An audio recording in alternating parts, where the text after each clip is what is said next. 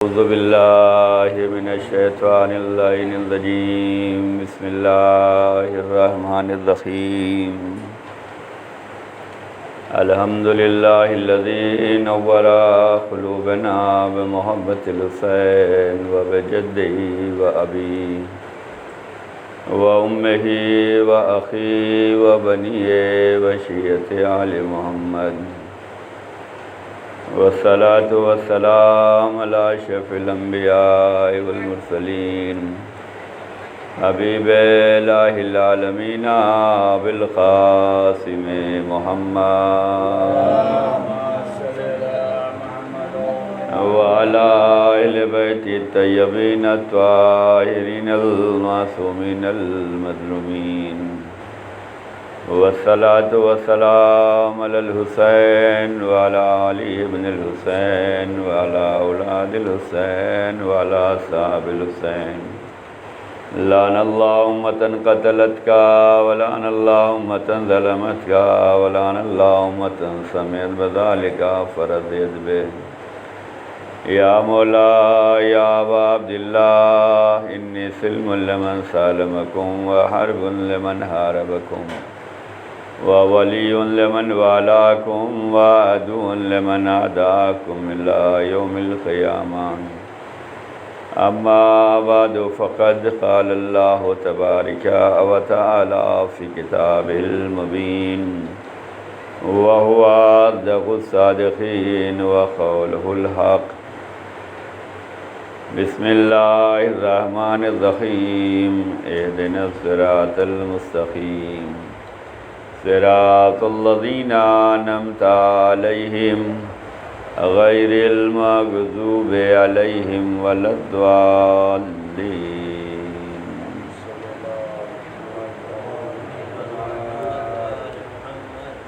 عزیزان گرامی، بہت ہی مشہور اور معروف آیات کریمہ ہے جس کا تذکرہ روزانہ بندگان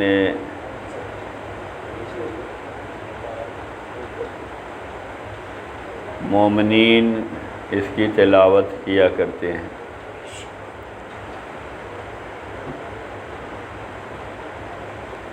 قرآن کریم تمام کتابوں کے مجموعے کا نام ہے اور اس میں ہر خشک و تر کا ذکر موجود ہے، کلام اللہ ہے اور اسے اللہ نے معجزہ بنا کر بھیجا ہے۔ اس کا پڑھنا، اس کا سننا اور اس کا دیکھنا ثواب ہے۔ جتنا زیادہ پڑھتے جائیں گے اور اس میں غور و فکر کرتے جائیں گے اتنا زیادہ ہمیں ثواب ملتا جائے گا۔ لیکن ایک حدیث قرآن کے بارے میں ہے اور یہ حدیث جو ہے اس بات پر دلالت کرتی ہے کہ جو کچھ بھی ہم پڑھیں اس پر عمل ہونا چاہیے۔ اگر ہم پڑھ رہے ہیں اور اس پر عمل نہیں ہوگا تو اس کا نقصان ہمیں ہونے والا ہے۔ قرآن مجید ایک ایسی کتاب ہے جسے مسلمان کا ہر طبقہ پڑھتا ہے اور فخر کرتا ہے کہ ہم نے اتنا پڑھا اور ہم نے اتنا پڑھا، ہمیں اتنا حفظ ہے، ہم اتنا رٹے ہوئے ہیں، ہم اتنا پڑھے ہوئے ہیں۔ پیغمبر کی ایک حدیث پیش کرنا چاہتا ہوں کہ جو جتنا پڑھتا جائے گا اس کی ذمہ داری اتنی بڑھتی جائے گی۔ جو قرآن زیادہ پڑھے گا اس کی ذمہ داری اتنی ہی زیادہ ہے، اتنی ہی معرفت بڑھنی چاہیے، اتنا ہی جذبہ بڑھنا چاہیے، اتنا ہی عمل بڑھنا چاہیے، اتنا ہی ایمان ہونا چاہیے۔ حدیث پیغمبر یہ ہے کہ بعض ایسے قاریان قرآن ہے جو قرآن تو پڑھتے ہیں لیکن خود قرآن پڑھنے والوں پر لعنت کرتا ہے۔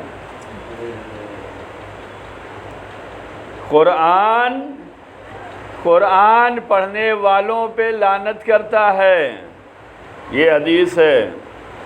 جیسے قرآن کریم کی سورہ ماؤن کی ایک آیت ہے کہ نماز جو وقت پہ نہیں پڑھتے وہ نماز اسے جہنم لے جائے گی۔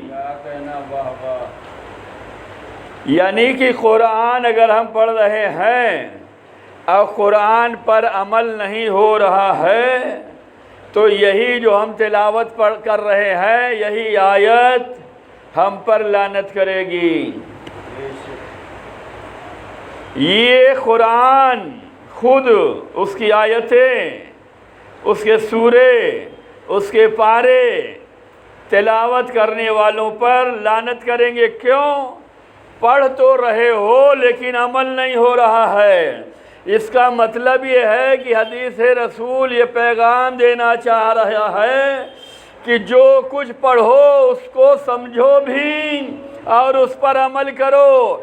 اگر سارے قرآن پڑھنے والے پڑھ کر عمل کر لیے ہوتے تو نہ غدیر بھلائی جاتی نہ کربلا بھلائی جاتی۔ یعنی پڑھنا کمال نہیں ہے، سمجھنا کمال ہے۔ ایک صلوات بر محمد علیہ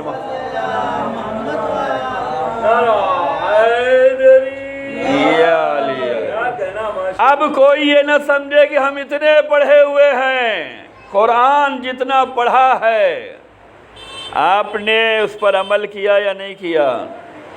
صراط مستقیم کی آیت آپ نے پڑھی، آئے یا نہیں آئے صراط مستقیم پر؟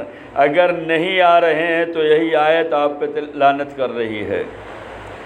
آپ الحمدللہ پڑھ رہے ہیں، اگر اللہ کا شکر آپ نے ادا نہیں کیا تو یہی آیت آپ پہ لعنت کرے گی۔ آئے اکمال پڑھ رہے ہیں، آئے بلغ پڑھ رہے ہیں، آئے ولایت پڑھ رہے ہیں، آئے مودت پڑھ رہے ہیں، یہ ساری آیتیں پڑھ رہے ہیں اور اگر اس پہ عمل نہیں ہے تو یہی آیتیں جو ہے پڑھنے والے پہ لعنت کرے گی۔ عزیزان گرامی، قرآن قریب کرتا ہے، قرآن جس میں کوئی تبدیلی نہیں لا سکتا، لیکن تبدیلی تو آئی ہے۔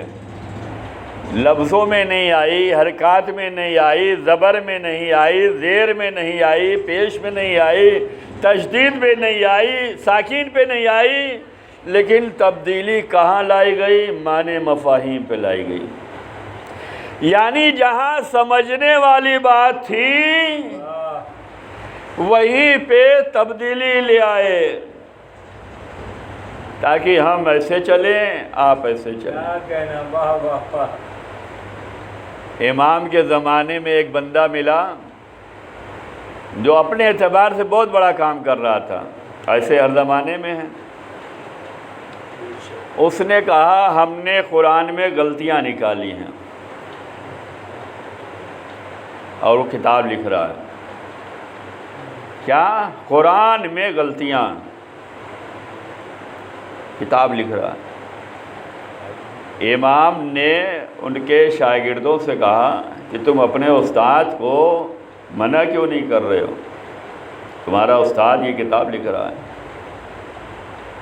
امام کا یہ کہنا یہ بتلاتا ہے کہ امام ہے، جانتا ہے جو بھی زمانے میں چل رہا ہے، امام جانتا ہے۔ وہ اپنی کتاب لکھنے میں مست ہیں، قرآن میں یہ غلطی۔ بعض نادان ہیں جو اپنی فکر میں سمجھتے ہیں بس ہم ہی ہیں۔ لکھ رہا تھا، امام نے اس سے نہیں کہا، اس کے شاگردوں سے کہا تم اپنے استاد کو سمجھاؤ۔ کہا مولا ہم استاد کے سامنے ہیں۔ کہا ہاں سوال تو کر ہی سکتے ہو نا، ایسے سوال کرو کہ وہ جواب دے۔ اور نہیں دیکھ سکے تو انہیں بتلاؤ۔ تو کہا مولا کیسے؟ کہا اپنے استاد سے سوال کرنا، جو تم کتاب لکھ رہے ہو، جو سمجھ رہے ہو کہ قرآن میں غلطی ہے، یہ تمہاری فکر ہے یا خدا نے اس میں غلطی دکھلایا ہے؟ یہ کلام کس کا ہے؟ خدا کا ہے۔ اور تو یہ فکر کس کی ہے؟ تمہاری ہے۔ ہو سکتا ہے خدا کچھ اور چاہ رہا ہو اور آپ کچھ اور سمجھ رہے ہوں، تو غلطی آپ کی ہوئی ہے، قرآن کی غلطی نہیں ہے۔ شاگرد کی ذہن میں یہ بات آئی اور جب اپنے استاد کے پاس پہنچا تو کہا استاد ایک سوال لایا ہوں، آپ بتاؤ۔ کہ جو آپ اتنی محنت کر رہے ہیں، دنوں رات لگے پڑے ہیں اور کتاب لکھ رہے ہیں، قرآن کے خلاف لکھ رہے ہیں، قرآن میں غلطیاں ہیں، یہ بتلائیے جو غلطیاں آپ نکال رہے ہیں آپ کے ذہن کی ایجاد ہے یا خدا نے ہی ایسا چاہا ہے؟ ہو سکتا ہے کہ خدا نے جو چاہا ہو ہے آپ اس طریقے سے نہیں سمجھ پا رہے ہوں، تو یہ غلطی تو آپ کی طرف سے ہوئی۔ تو اس نے سننے کے بعد کہا یہ سوال تمہارا نہیں لگتا۔ کہا نہیں، سوال تو ہمارا ہی ہے۔ کہا نہیں، ہم تمہارے استاد ہیں، یہ تو ہمارے ذہن میں بھی نہیں آیا۔ تو اس نے بتایا یہ سوال وارث قرآن امام کا ہے، یعنی ہمارا امام ہر چیز جانتا ہے، کہاں کس علاقے میں، کہاں کس کمرے میں، کہاں کس حجرے میں، کہاں کس شہر میں، کہاں کس ملک میں کیا چل رہا ہے اسلام کے خلاف و مسلمان کے خلاف، دین کے مخالف یا قرآن کے خلاف، یہ ہمارا امام جانتا ہے اور اس کا راہ حل بھی جانتا ہے کہ کس کو کس سے چپ کرایا جائے۔ کبھی کبھی شاگردوں کا سہارا لیا جاتا ہے، کبھی کبھی مجلس اعضا کا سہارا لیا جاتا ہے۔ ایک صلوات بر محمد علیہ محمد۔ یہ مجلس امام حسین کتنے اعتراضوں کا جواب دیتی ہے۔ یہ فرش ادا، یہ عزادار، یہ ماتمدار، یہ ہماری شب داریاں، یہ نظر و نیاز کتنے سوالوں کا جواب دے دیتے ہیں۔ یہ نظر و نیاز یہ درس دیتی ہے ہم کھلانے والی قوم ہیں، کھانے والے نہیں۔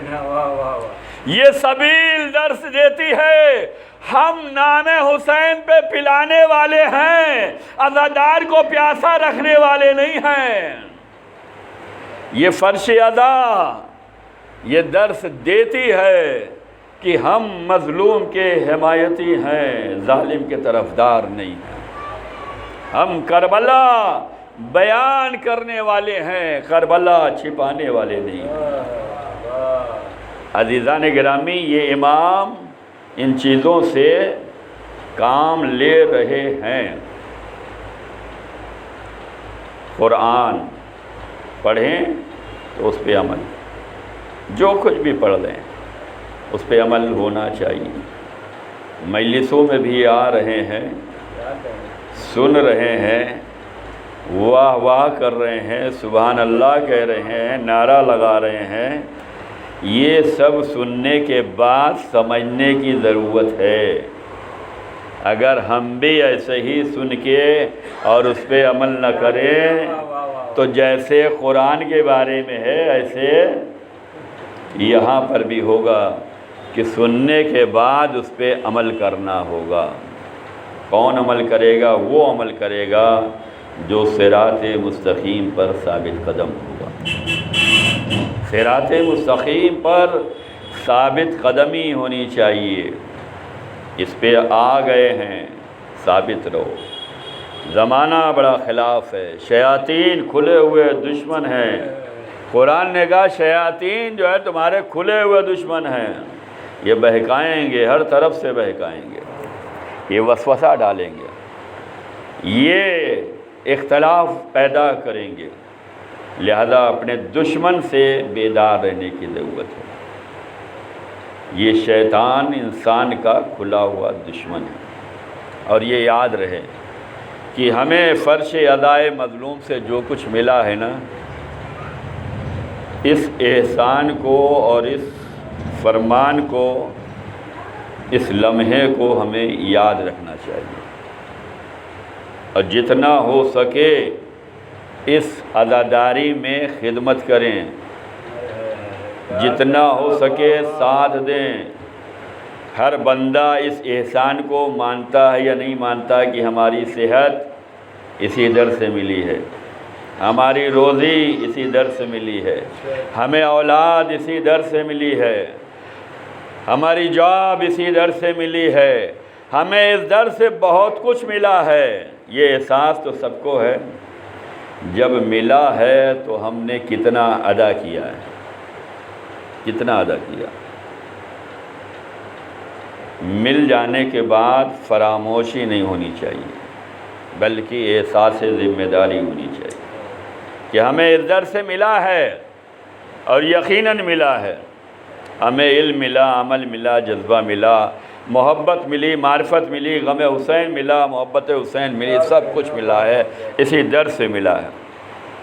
جب ملا ہے تو ہمیں یہ احسان یاد رکھنا چاہیے یا نہیں؟ رسول نماز پڑھا رہے تھے، رسول کا زمانہ تھا، ایک بندہ وقت پر نماز پڑھتا تھا، حاضری پہلی صف کی ہوتی تھی۔ پہلی صف کی حاضری یہ ایمان، عقیدہ، جذبہ بھی دکھلاتی ہے، اور ساتھ ساتھ اپنی حاجات بھی لاتی ہے۔ دونوں اینگل ہیں۔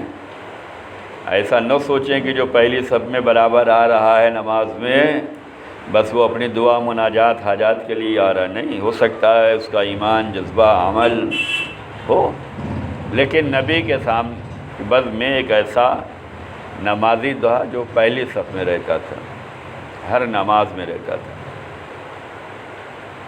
ایک دن رسول اللہ نے اس سے پوچھا، سب خیریت ہے؟ کہا کوئی جواب نہیں ہے۔ رسول اللہ نے اسے درہم دیا، کہا یہ لو، کاروبار کرو، اللہ برکت دے گا، اور اس نے اس درہم سے کاروبار شروع کر دیا۔ کاروبار جب شروع ہوا تو وہ پہلی صف سے دوسری صف میں آ گیا، دوسری سے تیسری میں آیا، اور پیچھے ہی رہنے لگا، اور ایک زمانہ ایسا آیا کہ اب نماز میں ہی نہیں ہے۔ کیوں؟ I am busy. رسول اللہ نے پوچھا بھائی وہ کہاں ہے بندہ؟ کہا وہ تو بہت مصروف ہو گیا کاروبار میں، اب وہ تو گھر بھی جلدی نہیں آتا، تو وہ نماز میں کیا آئے گا، جماعت میں کیا آئے گا؟ کہا اچھا، رسول اللہ نے جو دیا درہم، کہا جاؤ کاروبار کرو، اللہ برکت دے گا، اور اللہ نے برکت دی، لیکن اس برکت کو وہ سنبھال نہ سکا۔ ہمیں بہت سی برکتیں مل رہی ہیں، ہمیں بہت سی رحمتیں مل رہی ہیں، ہمیں بہت سے خزانے مل رہے ہیں، ہمیں ہماری بہت سی دعائیں قبول ہو رہی ہیں، ہماری بہت سی پریشانیاں دور ہو رہی ہیں، ہمیں اس کو سنبھال کے رکھنا ہے۔ رسول اللہ نے اسے دیا، وہ پہلی صف سے دوسری، تیسری، چوتھی اور پیچھے، اور وہ غائب رہنے لگا۔ اچھا، رسول تو سب کا خیال رکھتے ہیں، رکھتے یا نہیں رکھتے؟ وہ رحمت للعالمین ہیں، وہ ہادی ہیں، وہ نمائندہ خدا ہیں، سب کا خیال۔ بھئی یہ جو پہلی صف میں رہتا تھا کہاں چلا گیا؟ کہا وہ بہت بڑا بزنس مین بن گیا ہے، اب وہ شہر نہیں آتا، بہت کم آتا ہے، کاروبار پھیل چکا ہے۔ کہا اچھا۔ کچھ دن کے بعد جب نبی سے ملاقات ہوئی تو نبی نے کہا جو ہم نے درہم دیا تھا دے دو، دے دو۔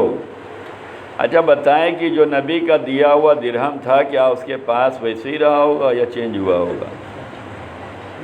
ہم لوگ ہوتے تو سوچتے یہ منتی ہے، یہ امام ضامن ہے، اسے جو ہے برکت کے لیے رکھو، اب اللہ عالم کیا معاملہ ہوا، نبی نے کہا جو ہم نے دیا ہے وہ دے دو، اس نے بڑے شوق میں دے دیا۔ بعض لوگ سمجھتے ہیں کہ یہ جو لیا تھا ہم نے دے دیا، یہ نہیں سمجھتے کہ جو دیا تھا اس میں کتنی برکت تھی، اور جو ہم دے رہے ہیں تو یہ صرف پیسہ تھوڑی آ رہا ہے، یہ برکت بھی آ رہی ہے، رحمت بھی واپس جا رہی ہے۔ رسول اللہ نے جب وہ درہم لیا اس نے دے دیا، اب وہ مدینے میں بھی آنے لگا، وہ نماز میں بھی آنے لگا، اور پھر وہی پہلی صف میں آ گیا۔ کہا کیا ہوا؟ کہا جو آپ نے درہم دیا تھا اس میں اتنی برکت تھی، لیکن اس برکت کو ہم سنبھال نہ سکے، جب آپ نے لے لیا تو ہم وہی پرانی حالت پہ آ گئے۔ اب یہیں سے سمجھنے والی چیز ہے کہ عزاداری کے طفیل میں ہمیں بہت کچھ ملا ہے۔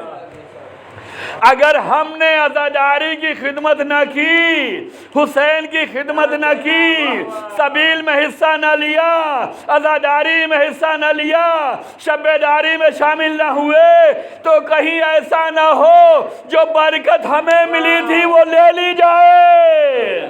ایک صلوات پڑھ دیں محمد علی محمد پر۔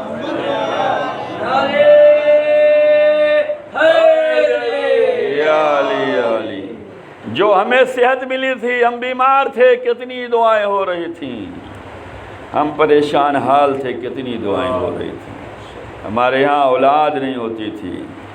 ذاکر بھائی اعلان کر رہے ہیں نا، اللہ فرش اعلیٰ کے طفیل میں ہر انسان کو صاحب اولاد بنائے، صاحب اولاد۔ جن کی اولاد نہیں ہوتی کتنی دعائیں کرتے ہیں۔ یہ دعا یاد رہنی چاہیے کہ ہم ایک زمانہ تھا یہ دعا کرتے تھے، اللہ امتحان لیتا ہے۔ بنی اسرائیل میں 3 بندوں کا امتحان ہوا، 3 بندوں کا امتحان بنی اسرائیل کی قوم میں ہوا۔ ایک وہ ہے جو نابینا ہے، دیکھ نہیں سکتا، جو نہیں دیکھ سکتا اس کی سب سے بڑی خواہش یہی ہے کہ ہمیں بینائی ملے۔ سب ہمیں دیکھتے ہیں، ہم کسی کو نہیں دیکھ پاتے، ہم مخلوق خدا کو نہیں دیکھ پا رہے ہیں، ہم اپنے اہل و عیال کو نہیں دیکھ پا رہے ہیں، ہم اپنی زوجہ کو نہیں دیکھ پا رہے ہیں۔ ہے نا، نابینا انسان کتنے سخت امتحان سے گزرتا ہے۔ یہ بندہ نابینا ہے، دوسرا گنجا ہے، اس کی ساری تمنا مناجات حاجات یہ ہے کہ ہمارے سر پہ بھی بال آئے، ہم بھی اسے سنواریں، ہم بھی زلفیں نکالیں۔ لوگ ہمیں دیکھتے ہیں تو مذاق اڑاتے ہیں۔ ایک بندہ ہے جس کے چہرے پہ داغ ہے، مبروس ہے، برس، اس کے چہرے پہ داغ ہے، اس کی دعا کہ یہ چہرے سے داغ ہٹ جائے۔ کسی کے سامنے جاتا ہوں تو کراہیت محسوس ہوتی ہے۔ یہ 3 بندے ہیں، ان کی دعا، تمنا، خواہش کہ بال مل جائے، بینائی مل جائے، چہرے سے داغ ہٹ جائے۔ اللہ نے ان تینوں کا امتحان لیا، فرشتے کو انسانی شکل میں بھیجا۔ فرشتہ آیا، آپ کی تمنا کیا ہے بھائی؟ کہ ہماری خواہش یہ ہے کہ ہمیں بینائی مل جائے۔ اس نے چہرے پہ ہاتھ پھیرا، بینائی مل گئی۔ تمہاری دعا پوری ہو گئی، پوری ہو گئی۔ دوسرے کے پاس گیا جو گنجا تھا، کہا آپ کی کیا دعا ہے بھائی؟ کہا ہمارے سر پہ بال آ جائے، ہم بھی لوگوں کی طرح فیشن کریں، بال سنواریں۔ یہ جو اللہ نے بال دیا ہے نا، یہ ایسے ہی نہیں ہے کہ ایسے ہی اس کو چھوڑ دیں، ہر چیز کی نظافت ہے۔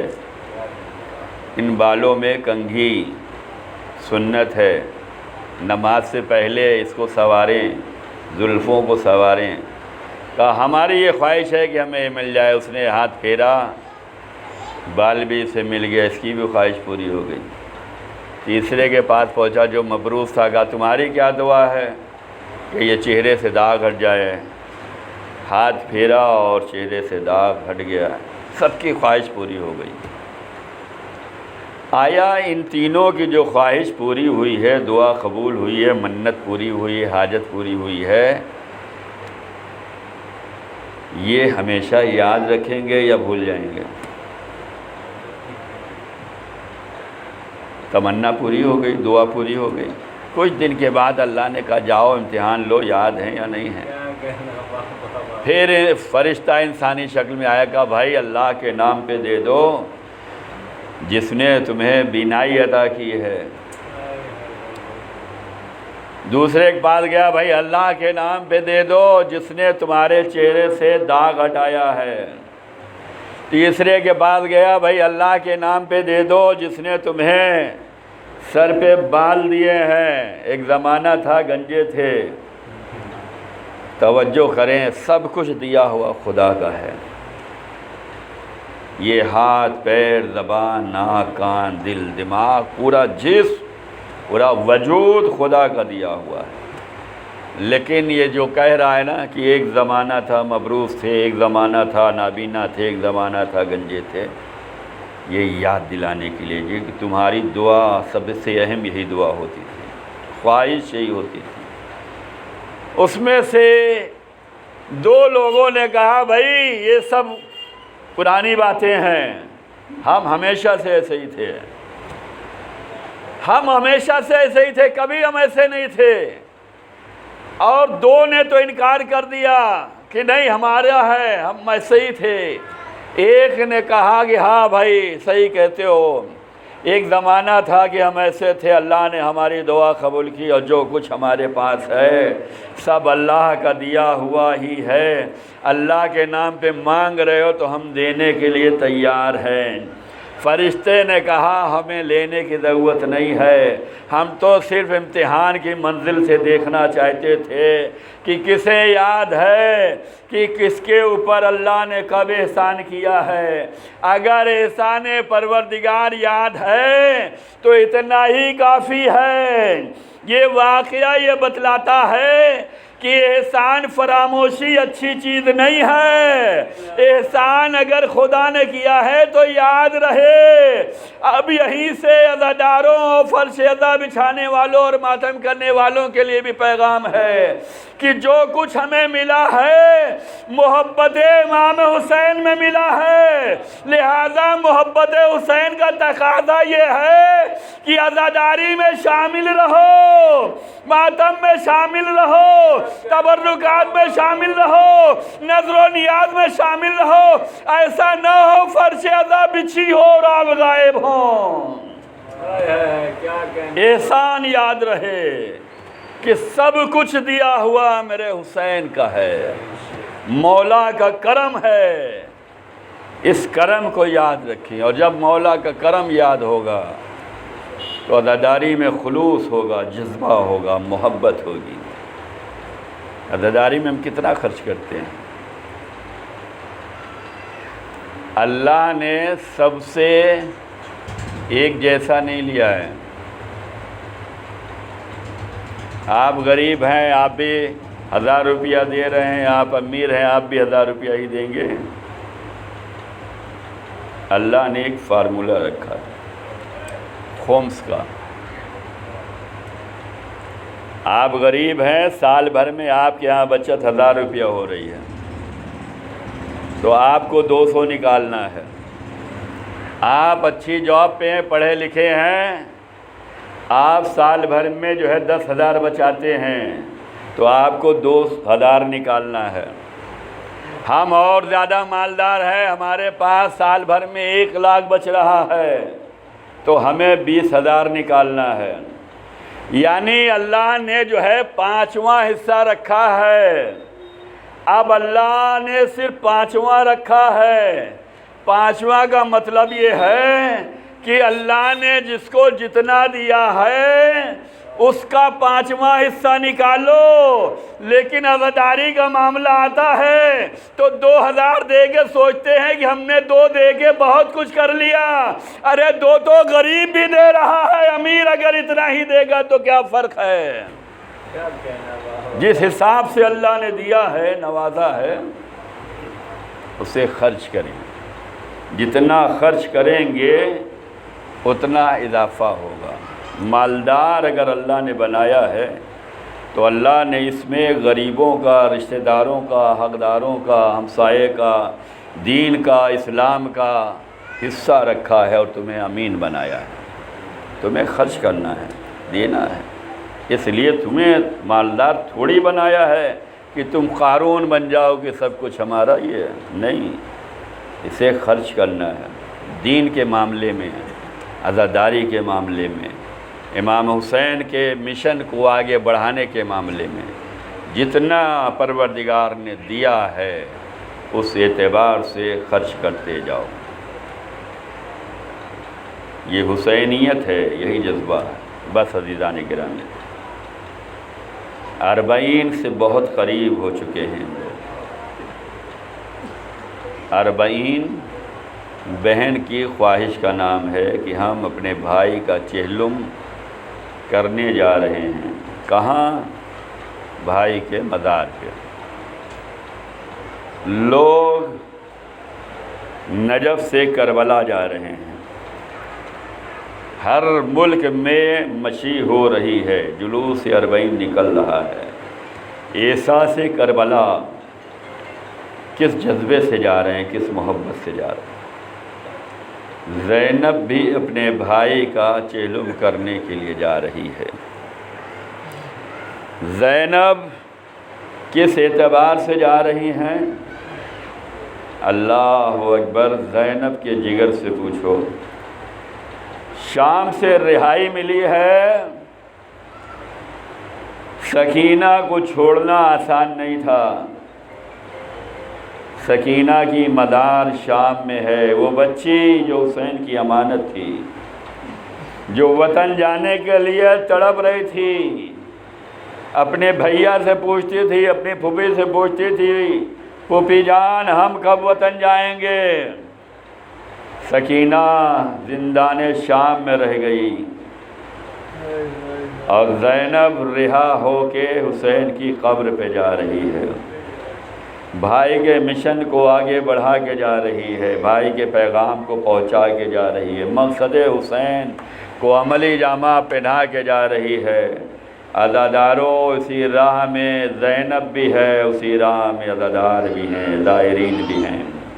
بس عزاداروں، زینب نے کتنی قربانیاں دی ہیں، یہ دین، یہ بھائی کا مشن، یہ پیغام کربلا، یہ عزاداری، یہ حسینیت، یہ حسین کا جذبہ اتنا اہم تھا کہ زینب نے وہ قربانی دی کہ اگر میدان کربلا میں حسین کا لاشا دیکھا تو زینب نے اپنے کو گرایا۔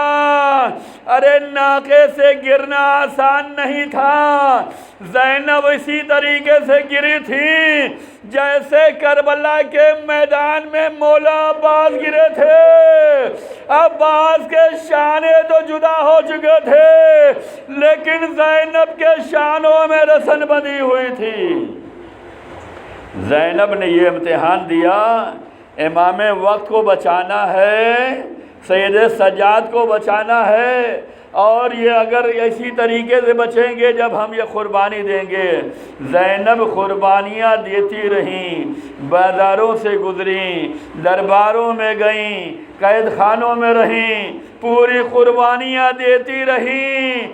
جب رہائی ملی تو کہا اے سید سجاد، پہلے ہم اپنے بھائی کے مزار پہ جائیں گے۔ اے 40 منانے والوں، زیارت 40 ضرور پڑھنا۔ ارے زیارت 40 مومن کی علامتیں بیان کی گئی ہیں، اس کے ترجمے کو بھی دیکھ لینا۔ زینب 40 کرنے آ رہی ہیں۔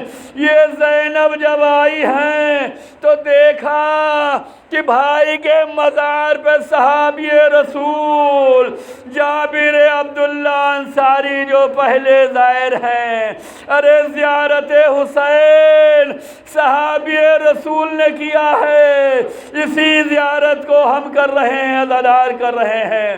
بس عزاداروں، جیسے زینب کا قافلہ کربلا میں پہنچا، زینب نے اپنے کو ناکے سے اتارا، بہن بھائی کے مزار پہ آ رہی ہے، آواز آئی ہے جابر میری مزار سے دور ہٹ جاؤ، ارے میری بہن آ رہی ہے، اے میرے حسین۔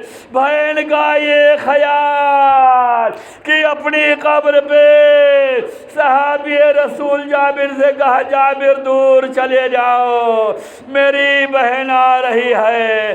ارے اس وقت حسین نے یہ کیسا امتحان دیا ہوگا جب رسن بستہ زینب درباروں سے گزری ہوگی، بازاروں سے گزری ہوگی۔ الا لعنت اللہ علی القوم الکافرین وسیعلم الذین ظلموا ای منقلب ینقلبون۔ پروردگار ہمارے مختصر سے اعمال کو قبول فرما، ہم سب کے گناہوں کو معاف فرما، جہاں جہاں عزاداری مظلوم کربلا برپا ہو رہی پروردگار سب کی حفاظت فرما، ان کی جان مال عزت آبرو کی حفاظت فرما، ان کے روزی روزگار کی حفاظت فرما، روزی روزگار میں برکت عنایت فرما، ہر منزل میں کامیابی عزت آبرو نصیب فرما۔ پروردگار تمام آفات و بلیات ارض سمائی جسمانی سے محفوظ فرما، عزاداروں کی عزاداری کی حفاظت فرما، ظہور امام میں تعجیل فرما، ہم سب کو امام کے خادم و ناصروں اور امام کے وفاداروں میں شمار فرما۔ ربنا